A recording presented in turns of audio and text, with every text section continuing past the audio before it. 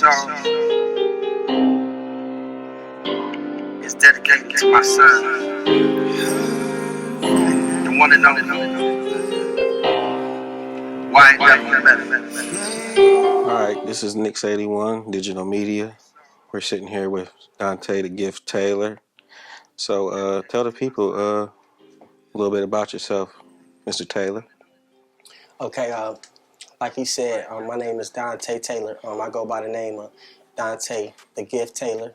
I'm from small city, Elyria, Ohio. Basically, I just want to tell it. I have a story to tell, and I think that everybody needs to hear it. Like, it's a must hear. So this is where we at right now. For those who might be in question, I am YNW Melly's biological father. I mean, obviously that's the way it was meant to be because it wouldn't be. So basically, I'm 36 years old. I mean, I've been an artist all my life, but just growing up in a smaller city, it's harder, to get what you want out of the music industry in general. So here we are. Okay, so where did you and Melly's mother meet? Where did this happen and when did this start? Growing up, I grew up on West Avenue. That's a small street in Elyria, Ohio. And basically, her sister, dated my brother, my older brother, back in the day. And initially, that's how we met. We all went to school together. She was a little younger than me, but we all went to school together and was around each other growing up. And basically, I ended up, me and her ended up liking each other and whatnot. And, you know what I'm saying? And we hit it off and was messing around, for years, on top of years. And then, she got pregnant with our son, Melly, and she initially left. She left here. She was only maybe, not even a month pregnant when she found out. And then her mother uprooted her to go live in Florida where their grandma lived at.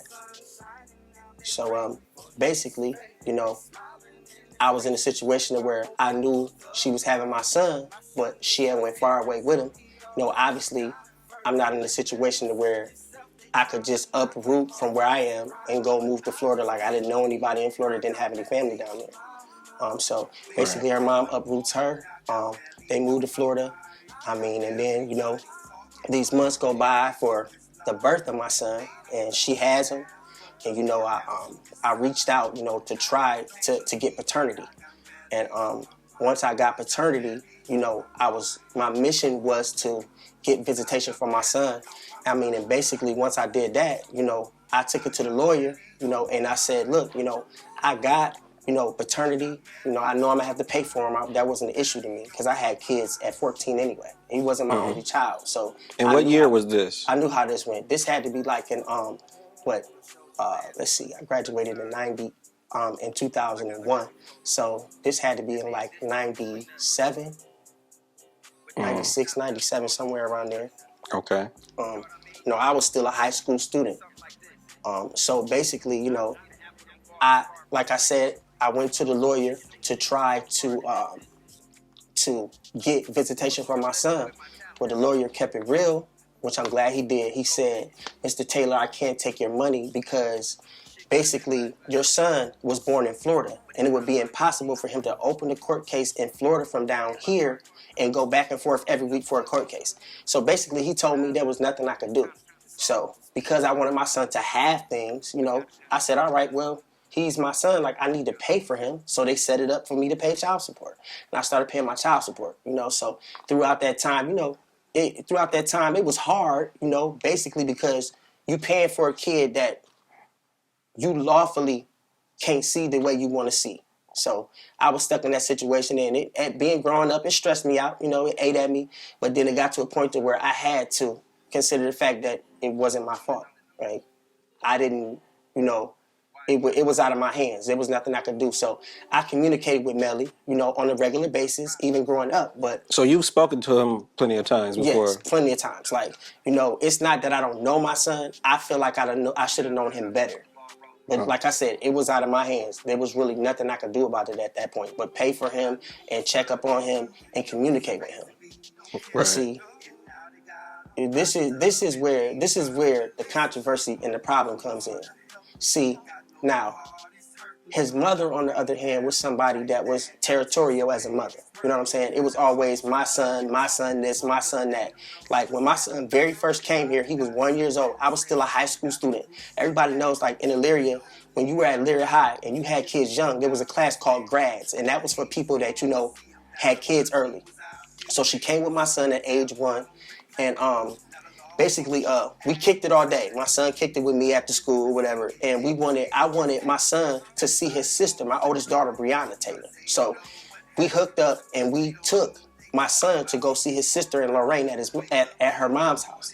So my son went to go see his sister at her mom's house, basically. So we do that, but the things that come up is like, that was kind of shady about the situation is that my son was smart at age 1. So he looks at me, when I'm in the front seat of his mom's truck, and he said, "Daddy." Okay, well, mommy looks at him and says, "That ain't Daddy, that's Donte." So I'm pretty sure y'all understand where I'm going with that. So from the beginning, it's always been this way. It's always been this distance because she didn't want me in my son's life for whatever reason. So then, as my son grows older and he gets his own ways and his own personality, my son's mom was married. She married this man, so this man's occupation was, at this time, like he was basically, he dibbled and dabbled in selling drugs. So that's what he did, not that I said anything about it. It's not my business, but at the end of the day, it became my business when my son became a part of what was really going on. So my son, at like age 10, his job was to clean up the kitchen when he came home from school. And so he comes home from school, he does his chores. Well, there was a napkin of some sort laying on the counter, and it had some drugs in it. So basically, my son swept it off the counter into the trash because he didn't know what it was. Well, stepdaddy comes home, ranting and raving around the house, "Where's my stuff at?" My son is like, "I don't know what you're talking about. I cleaned up the kitchen." So stepdaddy finds his stuff in the trash can. So long story short, he put his hands on my son. Choked my son out, punched him in his face, you know what I'm saying? So it ended up being a domestic case between my son and his stepfather. So basically, my son's stepfather was dead wrong because he never should have did that. Even in that situation, he never should have did that. Well, he chose to do that. So there was a domestic case. So the court said, well, look, they can't be in the house with each other. So one of y'all got to go.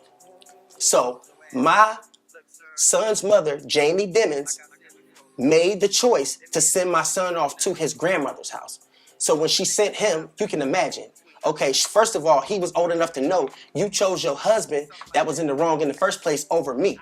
Is basically what he used to call me at age 10 and 11 and tell me, like, mom chose her husband over me. Like, he was dead wrong. He should have never put his hands on me under them circumstances. So basically, she chooses the stepdad because she wants to keep him there. My son goes and live with his grandma. So anybody knows, like, my son was his grandma's first grandchild. She loved him. He respected the hell out of her. So basically, he was angry because he had to go live with his grandma based on what had happened. So this is basically when my son started dibbling and dabbling and, playing with guns and stuff. He was at his grandma's house angry. You know what I'm saying? So he's hanging around these people that he really shouldn't have been around. But, grandma's like, "Oh, I love you as long as you respect me." Grandma can't really keep up with him like his mom would have been able to. So that's how my son got off into this world of hanging around dangerous people, which is why I feel like she should have allowed him to be around me because I've always had my stuff together, even growing up as a kid. I have a career that could get me wherever I need to be. I always had my own. Like, I always been And what is that career? What is it that you do? I'm a phlebotomist by trade. I draw blood. Like, I went to school to be a phlebotomist. I've been doing that for 7-8 years. Okay, I know all this, by the way. I'm just letting the people know. So, I got to ask the questions. Everybody want to know. You see all the people on the comments on the internet, talking So I'm just wanting you to clear everything up. So, Right. So people can know that these situations, this is not a situation of a deadbeat dad. That's definitely not it. Like I could have got away with not paying for my son, but that's not what I did. Even though his mom had control and sole custody over him, I still took it upon myself to get paternity. Like she was salty at me for even doing that. Well, why you do that if you know he's yours? Because I want my rights. It's not just about me knowing if he's mine or not. He looked just like me.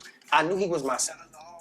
So basically that's what it was. Like, a person leave with your child. I mean, at the end of the day, like, ain't no bad blood. Like, I'm not mad at her. Which I still could be, but I'm not. I chose not to be. We never really had any run-ins as far as my son, as far as her being, the territorial mom. Like, my son this and my son that. So basically, over these years, she just came down here, 4 or 5 months ago, and we sat down at Denny's and had a conversation, and she apologized and said, I'm sorry. Like, I came down here every year since your son has been 1, and I only let him be with you like twice. So it was kind of like, wow, you've been coming down here all this time?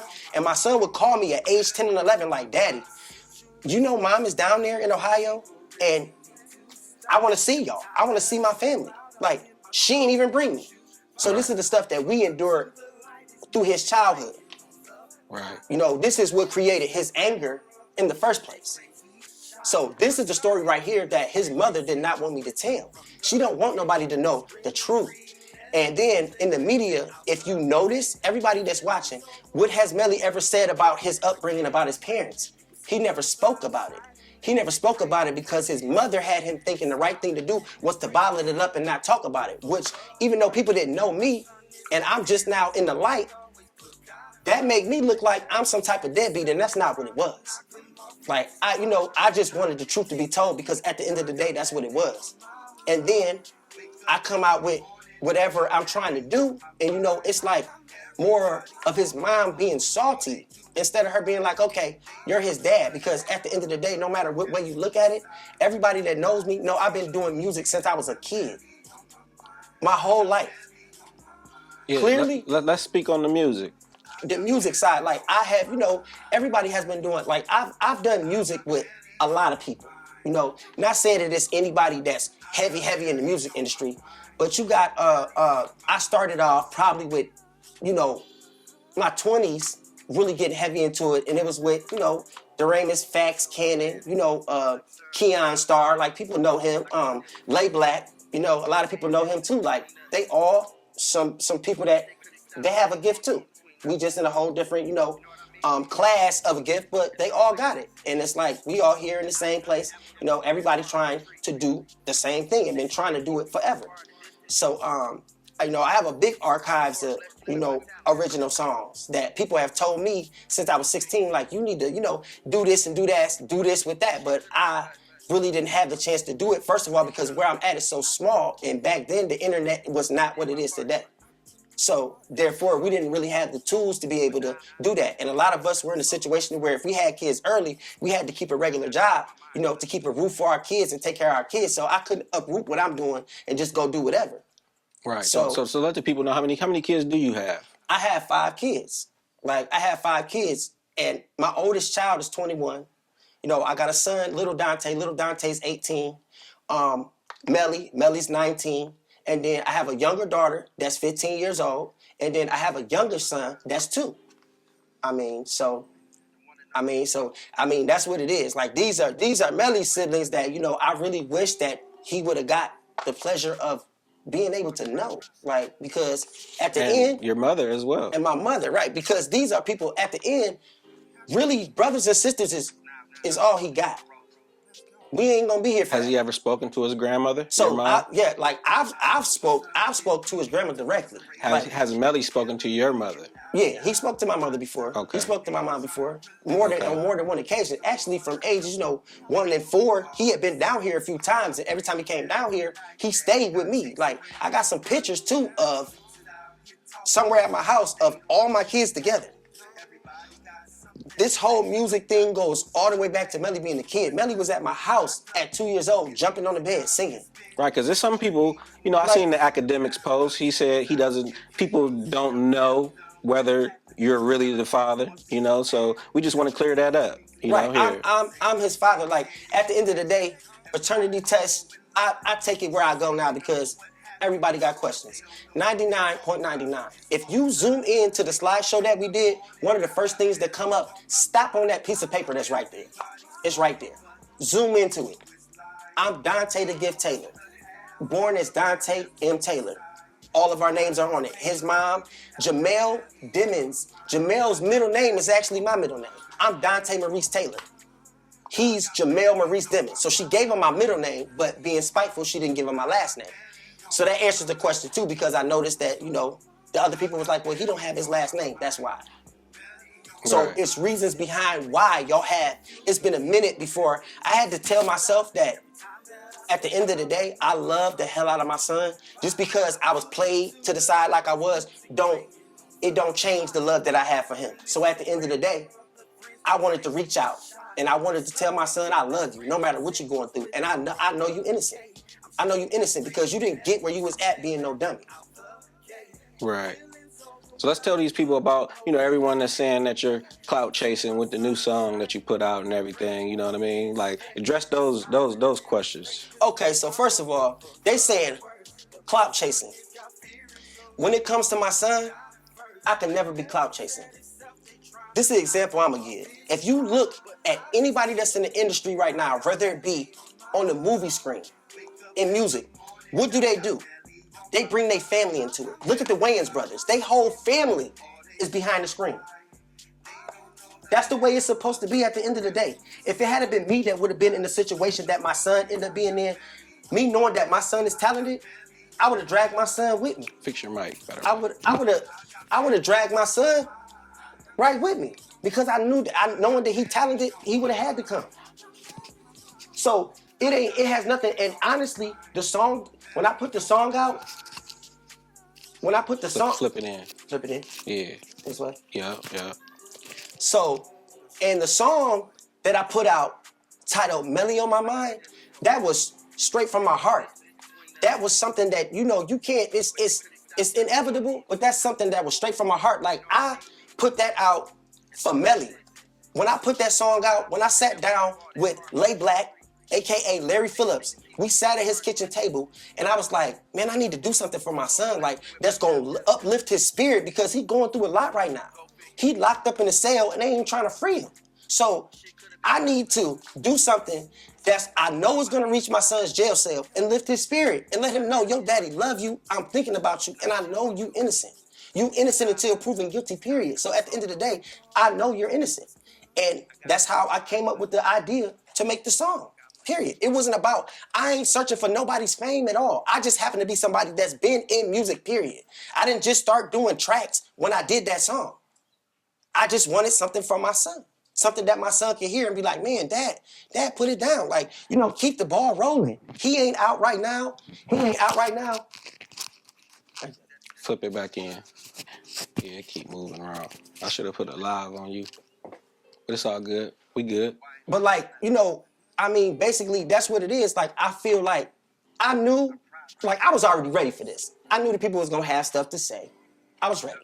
I knew that people was gonna be like, oh, maybe he's not his dad, or where's his dad been this whole time? Why didn't he talk about his dad? Because that's something that was obviously hurtful to him too. Because when he sees me, when he sees me and he realizes like my dad is a good person, he was hurt. He told me himself, like, Dad, you know, I'm hurt that mom, you know, did what she did. I'm hurt that she did what she did because you're not a bad parent. You're not a bad person.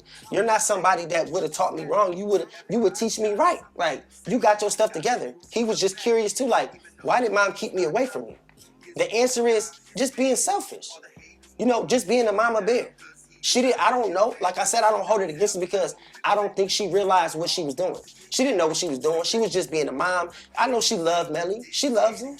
But at the same time, it wasn't fair.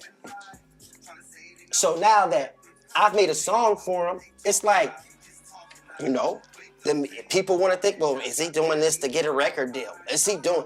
No, it has nothing to do with that. What I did was straight from my heart. And if you listen to it, at the end of the day, who puts out a rough draft of anything?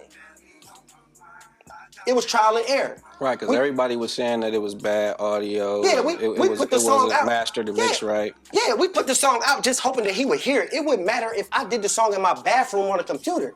I just wanted it to reach my son. That's all it was for. So that's why the audio was like that. It never was even completely mastered.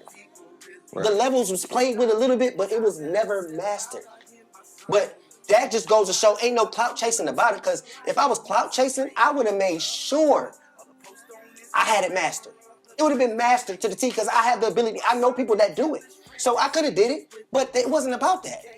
Nobody knew. I didn't know that the song was going to do what it did. Nobody knew. Flip it back out. Yep, like that. Yep. Like this? Yep. Yeah, we didn't know that the song was going to do what it did. The song was posted on Facebook first. The first time we posted the song, it was like, I was at work.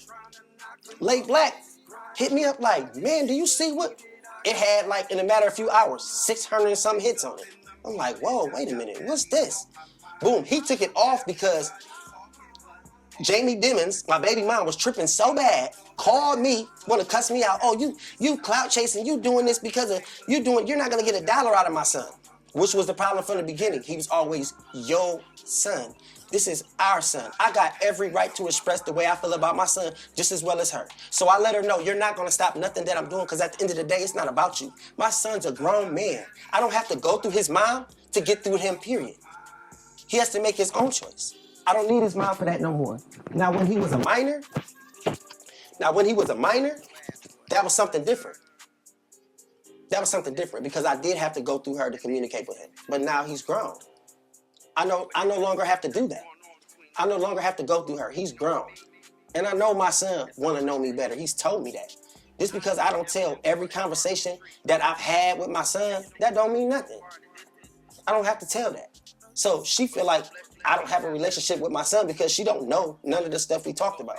Before Melly even blew up, I had called Melly. Matter of fact, I was in Atlanta on a vacation. I called him out the blue. He hadn't even blew up or nothing yet. He was just doing music and I seen it. I told him, son, I love you. You need to know I'm watching and continue doing what you're doing, because if you continue doing what you're doing, you're going to be successful. Just don't stop. He told me he loved me. Dad, I'm going to pull down on you. I'm going to pull down on you and the rest of the family. He wanted to see snow. He's from Florida. They get excited when they see snow. It's hot down there all the time. Now, had you ever had a chance to meet your brother before he passed? No. That's something else that hurt. That's something else that hurt. Because at the end of the day, every single year, his mom was here. She was here. Kicking it. Kicking it with her sister. Like, you could have brought my son. Could have brought him in. He would have been met my brother. My brother wanted to meet him, but he just never, it just never happened. So he knew about him, though? Yeah, he knew about him. He knew about him. My brother talked about him all the time. Like, man, that one Donte look just like you. That's your twin right there. So, I mean, basically that's what it was. Like, I mean, you can't deny it. Even if I was sitting here saying that he wasn't my son, looking at me and looking at him, like, I wouldn't have been able to deny it anyway. Period, point blank. It wouldn't matter what position that he's in. It's not about his position.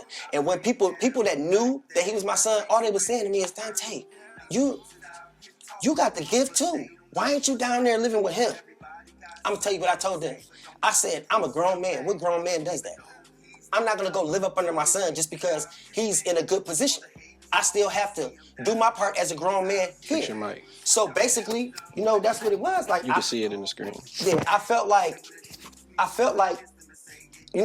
can't just go live up under my son. No grown man does that. I still had obligations here. So that's what I gotta take care of. They felt like if it was them, I would be down there with my son. I would be living with him. He lives in a mansion that's in Miami. That's his business. This just like this. If my son had become a doctor or a lawyer, somebody with a lot of money, should I go live up under him then? I wouldn't do that then either. It's the same thing. He just became an artist. It's no different. Don't make me just want to go live off my son just because he made it. So that explains that. Like, I'm not even the type of individual that's chasing any clout, period. Because if I was, I would have probably already made it by now. If that's what I was doing. I knew I had to take my talent to other places. So basically that's what it was. Like, if I need to take my talent to other places to display it in front of people that don't know me, because people that don't know you, they respect your talent more than a lot of people that know you. It's a handful of people that's like, okay, he got it. But then those people that know you, they see you shining, they don't want to see that. They want to see you fall off. But like the people in the bigger places, they hear talent, they like, oh, we like that, we want to hear that again. Why don't you do a show down here? Stuff like that. So I wasn't in a situation to do that. So that's why my situation was a little bit different. I mean, basically that's what it is. Like, but all that clout chasing stuff, like I said, I was ready for that. His mom said that. She said that from the beginning, and I corrected her like, okay, well, but at the end of the day, she's in his pockets. I ain't asked my son for nothing. Not a dime, nothing. I wasn't asking for no money or nothing like that. I know he had money, but that's just not me to do that.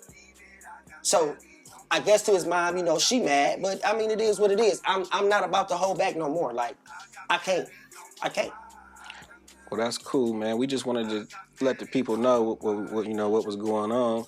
I'm glad I could, you know, get you on here and let the world know what, you know, your story. Since everybody was telling everybody else's story, we wanted to hear it from you. You know, and who better to do it than me? You know, I knew you since you was a little toddler.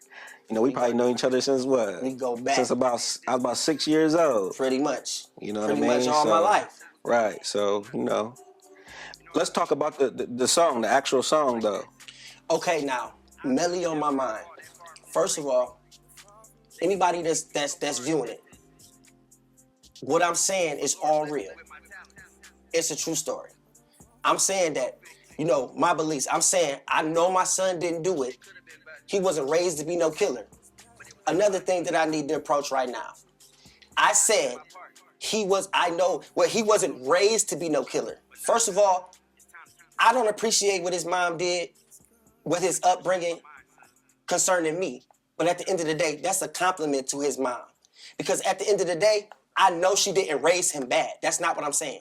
My son was not raised to be no killer. That's what I'm saying. People got it misconstrued. They think that I'm saying I raised him. That's not what I'm saying. I'm saying he wasn't raised to be no killer. Because I know his mom did not raise him to be no killer. She didn't. So basically that's what I'm saying in the song. He wasn't raised to be no killer. And now he locked up. They ain't trying to release him. I want to help him. My heart hurting because it's my son. But I can't help him. I mean, Lord knows. Like, I'm saying, Lord knows I want to help him. Lord knows my heart is hurting. Like, I mean, you know, and then, you know, later on in the song, I'm saying, when I go to get some wings at Bailey's, which is a little bar and grill bar that's in Elyria, Ohio. Like, I sit there to eat wings, and my son's music is literally playing on the jukebox. I pull up to the block, his music is playing. When I say everywhere I go, every walk of life is playing Melly's music. Old people, young people, little people, everywhere. They all playing his music. So basically that's all I'm saying. I'm saying even though he's at a distance from me, I still love him like anybody other normal father that cares, loves their son, and I'm explaining what I'm enduring down here. It doesn't matter. I had to approach it head on because I can't escape it.